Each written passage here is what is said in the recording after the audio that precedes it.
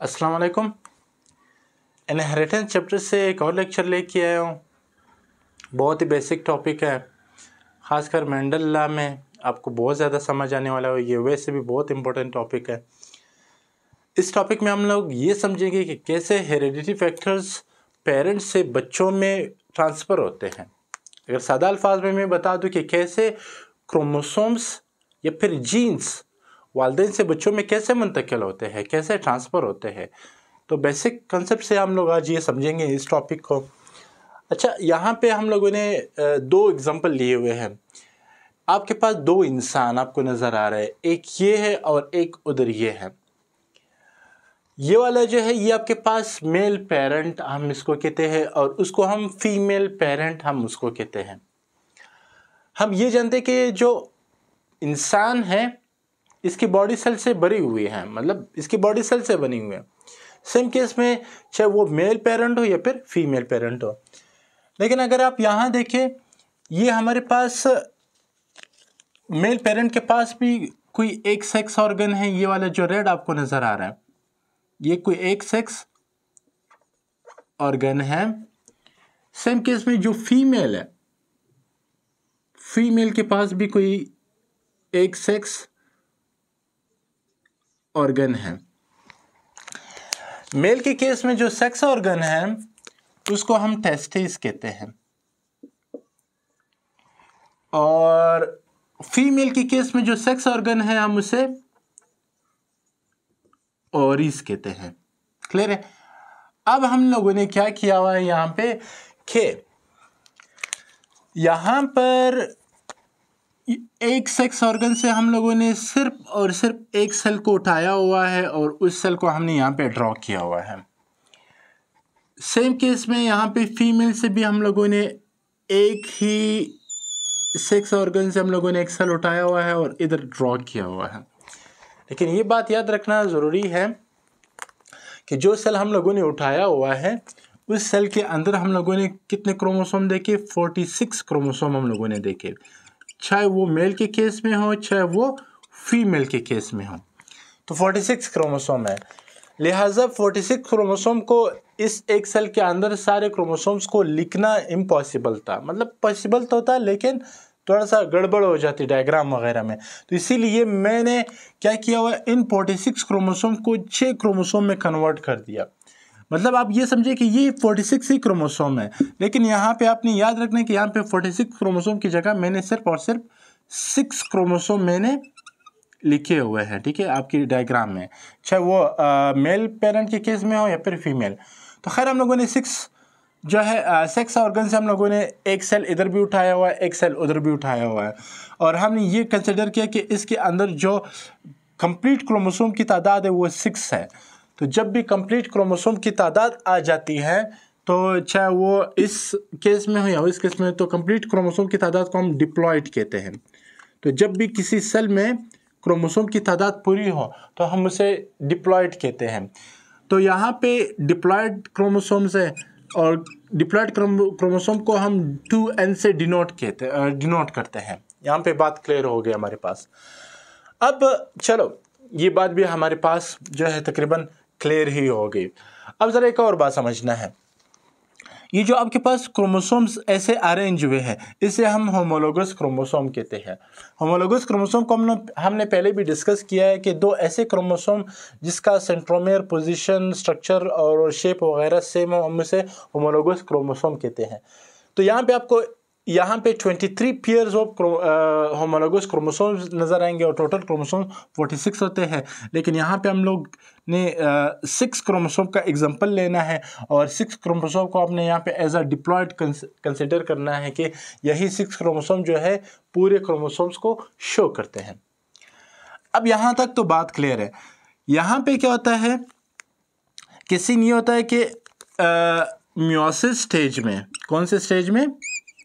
Meiosis stage में होता ऐसा है कि ये जो होमोलोगस क्रोमोसोम्स है ये अपोजिट पोल में क्या हो जाते हैं, चले जाते हैं।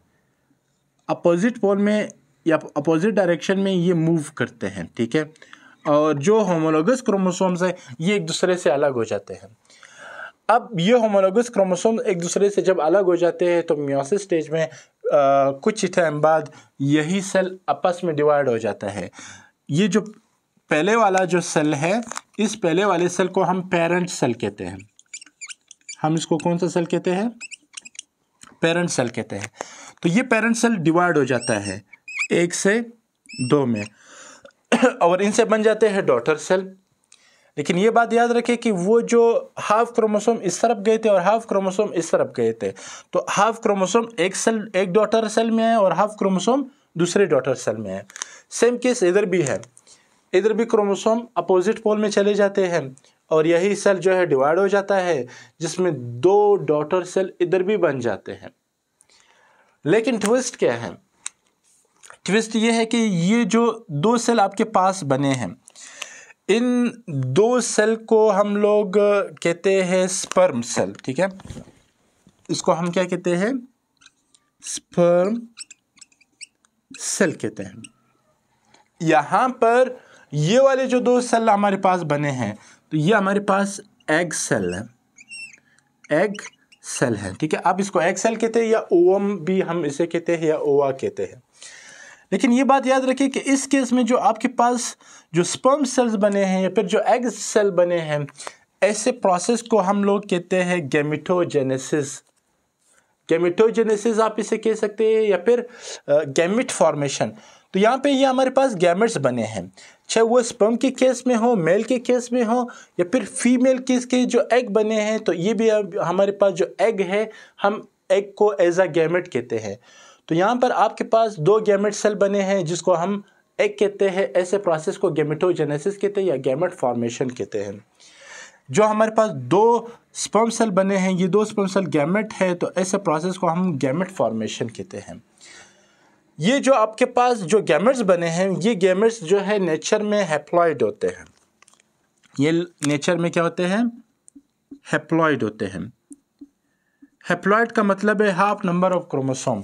हाफ नंबर क्रोमोसोम इधर आ गए, हाफ नंबर क्रोमोसोम इधर आ गए, क्योंकि उधर कंप्लीट नंबर क्रोमोसोम थे, तो इनकी जो डॉटर सेल्स थे इनमें हाफ नंबर क्रोमोसोम इस केस में भी आ गए और इस केस में भी आपके पास कौन से हैप्लॉइड हाफ नंबर क्रोमोसोम आ गए।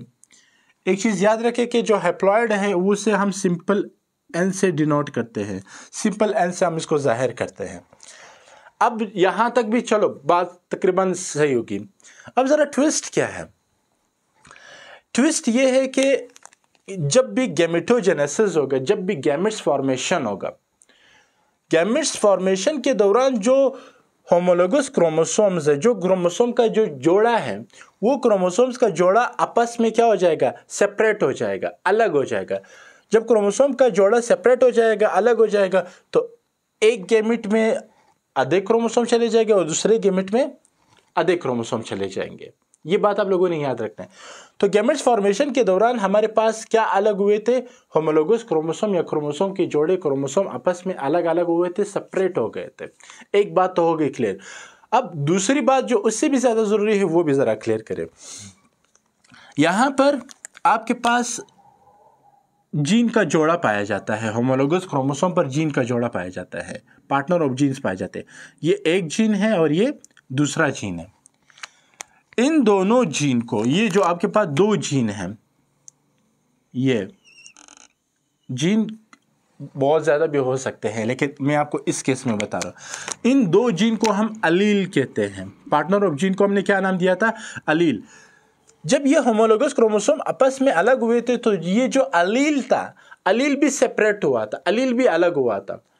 तो ये बात भी याद रखना ज़रूरी है कि गैमेट्स फॉर्मेशन के दौरान जब भी गैमेट्स बनते हैं, चाहे वो मेल के केस में स्पर्म हो, फीमेल के केस में एग हो, तो उस दौरान क्या होता है? जो जीन है, जो जीन का जोड़ा, जीन भी आपस में, अलील भी आपस में अलग हो जाते हैं, जीन का जोड़ा आपस में अलग हो जाते हैं। एक जीन फर्ज करें इधर आ गया है और दूसरा जीन इधर आ चुका है, तो जीन भी सेपरेट हो जाते हैं गैमेट्स फॉर्मेशन के दौरान। सेम केस में इधर भी ये वही केस है। ये बात आप लोगों ने याद रखना है कि सेम ये केस है। एक चीज़ सिर्फ यहाँ पे मैं आपको ये बता दूं कि आप लोगों ने एक चीज़ याद रखना है, चाहे मेल हो चाहे फीमेल हो, जीन में कोई भी फ़र्क नहीं होता है, दोनों में जीन सेम होते हैं। अगर थोड़ा सा मेल और फीमेल में थोड़ा सा अगर चेंजेस है तो वो सिर्फ और सिर्फ वेरिएशंस की वजह से होता है। ठीक है, खैर ऑलमोस्ट ऑफ द जो जीन्स होते हैं वो तकरीबन सेम होते हैं। अब यहाँ तक तो चलो बातें हमारी तकरीबन क्लियर हो गई कि ये सेपरेट हो गए, जीन भी सेपरेट हो गए। लेकिन होता ये है कि जब हम लोग मेल और फीमेल का जब हम लोग क्या करवाते हैं, मैचिंग करवाते हैं। जब हम मेल और फीमेल का मैटिंग करवाते हैं या फिर सेक्सुअल रिप्रोडक्शन करवाते हैं, जब हम दोनों का मिलाप करवाते हैं, तो मिलाप के दौरान, मैटिंग के दौरान ये होता है कि ये जो स्पर्म है जो कहाँ पे बने थे, जो सेक्स ऑर्गन टेस्टिस में बने थे, ये स्पर्म आएंगे किसके पास आएंगे, यहाँ पे फीमेल सेक्स ऑर्गन के पास आएंगे। स्पर्म आएंगे फीमेल सेक्स ऑर्गन के पास आएंगे मैटिंग के दौरान। तो स्पर्म आया एग के साथ, जब स्पर्म एग के साथ फ्यूज हो जाएगा, क्या हो जाएगा, फ्यूज हो जाएगा। जब ये फ्यूज हो जाएगा तो इस दौरान एक नया सेल बनेगा। तो यहाँ पे जब भी एग, स्पर्म और एग, इन दोनों की जब फ्यूजन होती है, जब ये दोनों आपस में मिल जाते हैं, तो ऐसे प्रोसेस को हम लोग कहते हैं फर्टिलाइजेशन। ऐसे प्रोसेस को हम क्या कहते हैं, फर्टिलाइजेशन। तो यहाँ पे फर्टिलाइजेशन हुआ है, यहाँ पे इस दौरान क्या हुआ है, स्पर्म सेल और एग सेल आपस में फ्यूज हुए हैं और फर्टिलाइजेशन प्रोसेस हुआ है। फर्टिलाइजेशन प्रोसेस में अब आपने एक दो बातें फिर याद रखनी हैं। एक तो गैमेट फॉर्मेशन में दो बातें थे ना, यहाँ पे भी दो बातें आप लोगों ने याद रखने हैं। गैमेट्स फॉर्मेशन में ये होता है कि जो क्रोमोसोम्स सेपरेट हुए थे, अलग हुए थे, मैंने पहले भी बताया कि क्रोमोसोम्स या फिर जीन्स एक जैसे होते, चाहे वो मेल के केस में चाहे वो फीमेल के केस में। तो जो क्रोमोसोम्स उधर क्या हुए थे, हाफ हाफ हुए थे, अलग हुए थे, आधे हुए थे, तो वो क्रोमोसोम दोबारा आपस में आके क्या हो जाते हैं, जोड़ा बना लेते हैं होमोलोगस क्रोमोसोम की शक्ल में। तो ये आपके पास दोबारा क्या हुए हैं, होमोलोगस क्रोमोसोम्स हुए हैं। जो जीन्स उधर सेपरेट हुए थे, अलग हुए थे अलील की शक्ल में, वो जीन दोबारा क्या हो जाते हैं, अलील का जोड़ा बना लेते हैं। ये दोबारा क्या बना लेते हैं, अलील बना लेते हैं, जीन का जोड़ा अलील बना लेते हैं।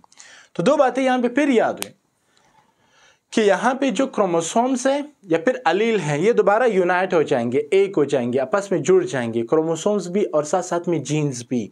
किस कंडीशन में, फर्टिलाइजेशन कंडीशन में। तो फर्टिलाइजेशन कंडीशन में ये हमारे पास ये हुआ था।